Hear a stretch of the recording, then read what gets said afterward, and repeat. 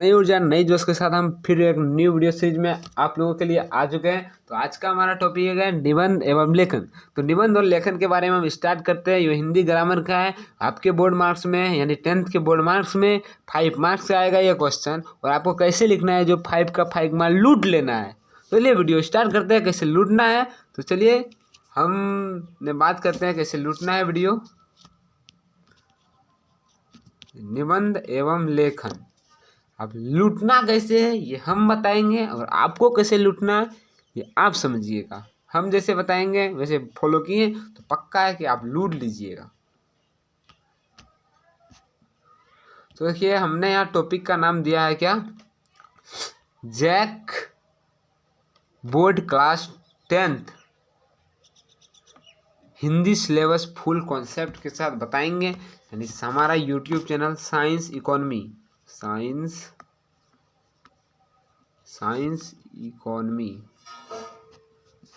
Video लेके आ चुके हैं। साइंस इकोनॉमी आपको फुल डिटेल के साथ। सबसे पहले हम इसका सिलेबस को समझते हैं, उसके बाद आप सब चीज़ों को समझ जाएंगे। उसके बाद न्यू टॉपिक पे बात करेंगे। सबसे पहले हम सिलेबस पे चर्चा करते हैं, हिंदी का सिलेबस पे। नवंबर और दिसंबर के बीच हम लोग का एग्ज़ाम बोला था कि लेंगे, बट एग्ज़ाम तो ले नहीं सका सरकार ने। बट उसने कहा कि फिर से एक नया नियम निकाला कि अगला बार जैसे दोनों का एग्जाम फर्स्ट टर्म और सेकंड टर्म एक साथ हुआ, उसी तरह लिया दिया जाएगा। तो सबसे पहला पार्ट में गया सूरदास का पद, श्रीकांत त्रिपाठी, नागार्जुन, स्वयं प्रकाश, रामवृक्ष बेनीपुरी, माता का आंचल।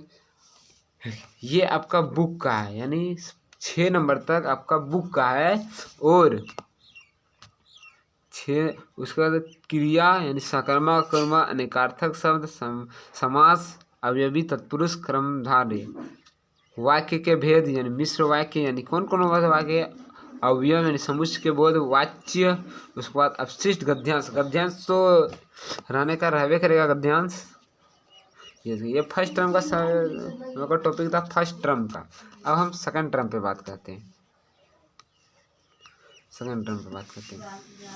देखिए बुक का है ये मन्नू भंडारी, जौन पद्म की नाक, अविकारी शब्द। यहाँ से हमको हिंदी का ग्रामर का आ गया। फिर से इसमें क्या दिया हुआ है, इसमें आपको क्या क्या देखना है। समास में अवयवी भाव समास, तत्पुरुष समास और कर्मधारय समास। इसमें 3 समास को आपको नज़रअंदाज नहीं करना है, और 3 समास इसमें आपको पढ़ लेना है, और 3 समास इसमें पढ़ लेना है। बहुवीर्य समास, द्विविज्ञ द्विम समास, और पत्र लेखन सीखना है। जो पत्र लेखन का एक महासंग्राम का वीडियो मैंने एक बार ऑलरेडी डाल चुका है अपने चैनल पर, आप चेक कर सकते हैं हमारे यूट्यूब चैनल पे।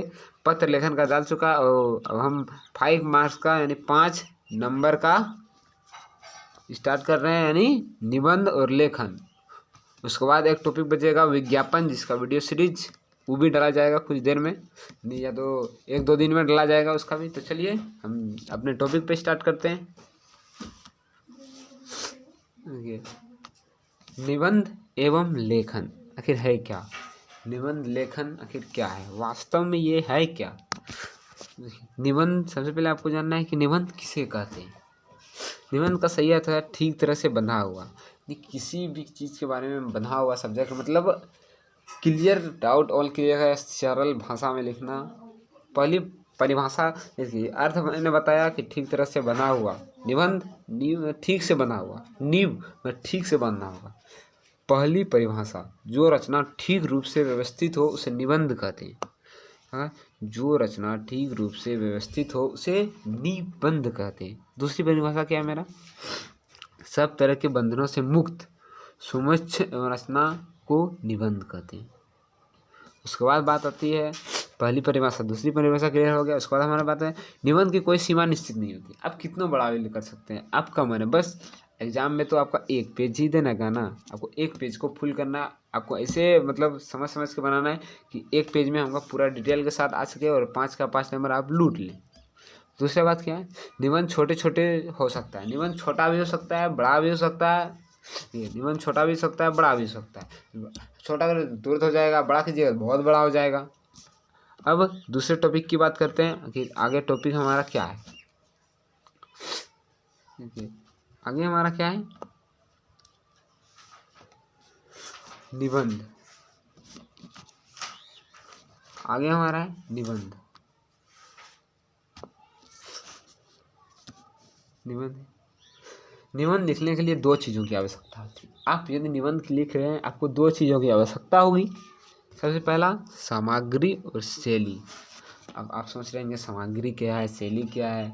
हम कोई चीज़ तो नहीं बना रहे, जैसे सामग्री की आवश्यकता है, आप खाना बनाते हैं तो तेल नमक की आवश्यकता, उसी प्रकार इसमें भी शब्दों की आवश्यकता पड़ती है। मैंने बात आपको क्या क्या, शैली और सामग्री की।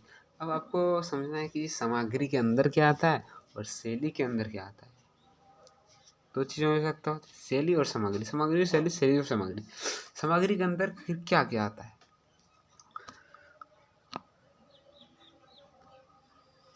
जिस बारे में आप निबंध लिख रहे हैं उसके बारे में जानकारी प्राप्त करना। मान चले आप किसी के बारे में पत्र लिखने, पर्यावरण के बारे में लिख रहे हैं तो पर्यावरण के बारे में पर्याप्त जानकारी आपको प्राप्त करना पड़ेगा। शैली, अब बात आता है शैली का, निबंध लिखने का तरीका। शैली मतलब आपको सजा के लिखना है, ऐसा लिखिएगा कि पॉइंट बना के लिखना है कि किसी का नज़र अट्रैक्टिव हो जाए, मतलब आकर्षक हो जाए, मतलब आकर्षक ढंग से आपको लिखना है। सामग्री और दोहराना उत्तम निबंध लिखने की पहली कसौटी है। ये क्लियर हो गया। अब बात करते हैं नेक्स्ट स्लेट पर चलते हैं।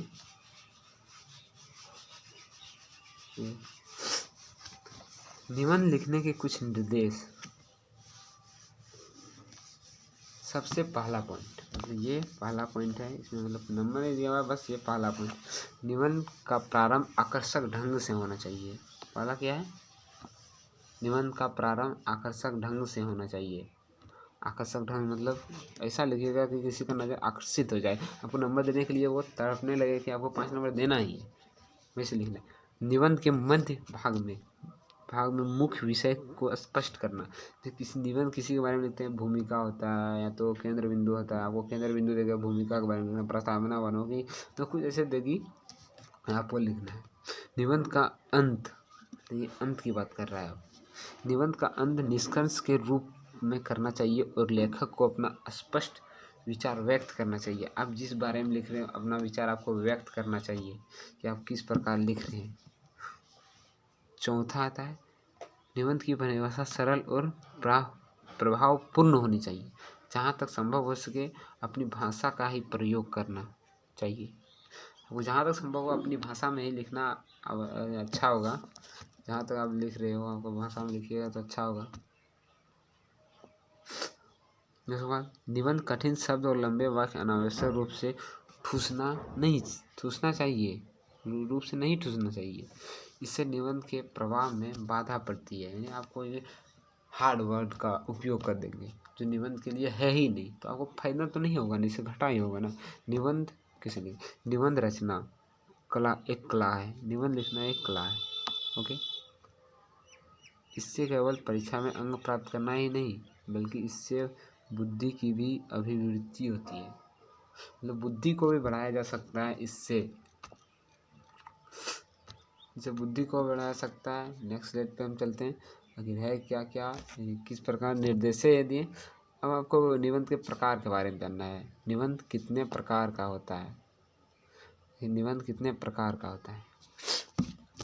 मुख्य रूप से तो निबंध 4 प्रकार का होता है, विचारणात्मक, विवरणात्मक, भावात्मक, वर्णनात्मक। 4 प्रकार का निबंध होता है। आपको 4 प्रकार में आपको जैसा लगे, जिस टॉपिक जैसा आएगा उस पर आपको विचार करना है। यानी आपको बोल दिया कि पर्यावरण के बारे में लिखना है, विचार करना है, भावनात्मक है, वर्णनात्मक है, विवरणात्मक, इसके अंदर शायद लगता है हमको सब आ जाएगा। अगर स्लाइड पे चलते हैं, हम बात किस पे कर रहे हैं,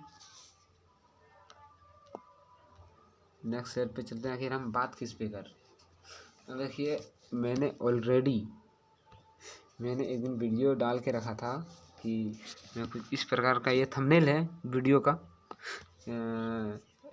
पत्र लेखन हिंदी, पत्र लेखन सीखिए फटाफट 5 मिनटों में, जैक बोर्ड पत्र लेखन महासंग्राम। आप इस संग्राम के अंतर्गत जुड़ जाइए, आपको जैक बोर्ड के लिए बहुत ही महत्वपूर्ण सूचना है। आपको महासंग्राम यहाँ लिखा रहा होगा।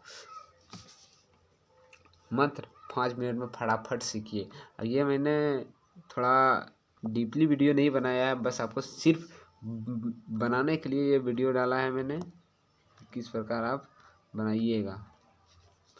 सिर्फ जैक बोर्ड महासंग्राम 5 मिनट में ऑल क्लियर। अब बात करते हैं नेक्स्ट आगे की बात। अब आपको एक निबंध लिखने देते हैं जो आपको लिखना है, ठीक है। सबसे पहला निबंध आपको टॉपिक का नाम अलग अलग भी हो सकता है, ठीक ना। देखिए टॉपिक का नाम पहले सुनिए, ये सिर्फ टॉपिक का नाम है, ये कोई निबंध लिखने का स्टार्ट नहीं कर रहा है। आपको कैसा बोला जाएगा इस पे आपको निबंध लिखना। हमारे देखिए सबसे पहला क्या, हमारी वन संपदा और उसका संरक्षण। ये पहला तरीका है, टाइटल है। इस प्रकार दे सकता है, या तो वन संरक्षण के बारे में दे सकता है, या तो वृक्ष और जीवन के बारे में दे सकता है, या वृक्षारोपण के बारे में दे सकता है। यानी मैंने आपको कितने प्रकार बताए, 4 प्रकार। और कितने प्रकार बताए, 4 प्रकार। मैं कितना 4 प्रकार।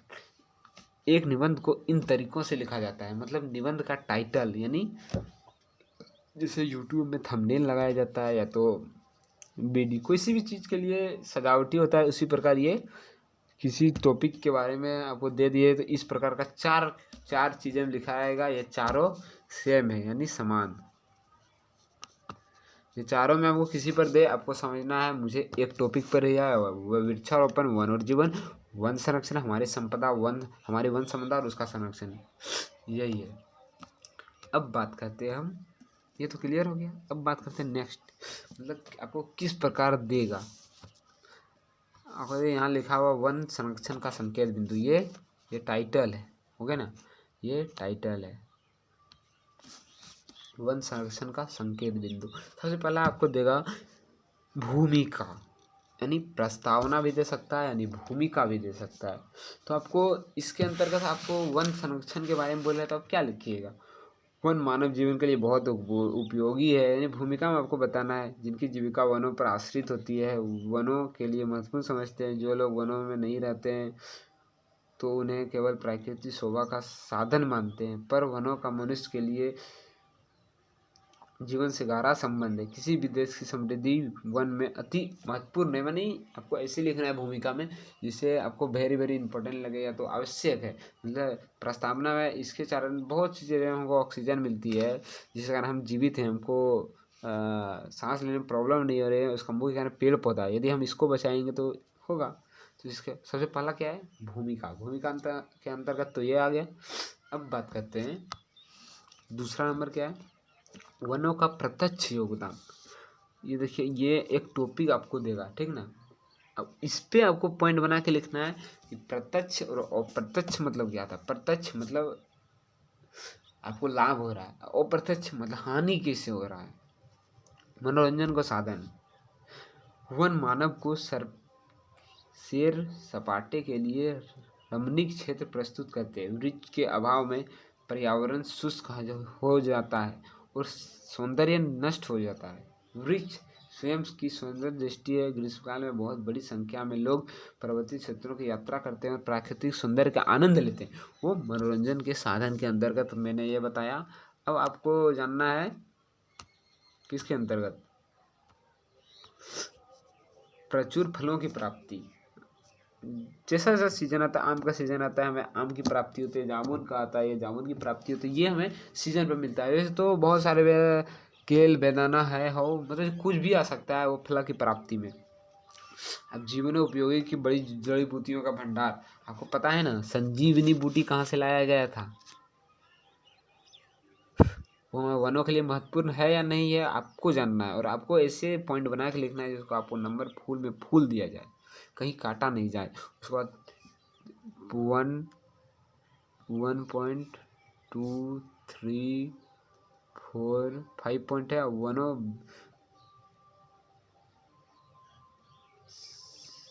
वन्य पक्षियों का संरक्षण, जड़ी बूटियों, यहाँ तो थोड़ा सा मिस प्रिंट हो चुका है भाइयों, बस सॉरी मिस प्रिंट हो जाएगा, बूटियों होगा यहाँ, बूटियों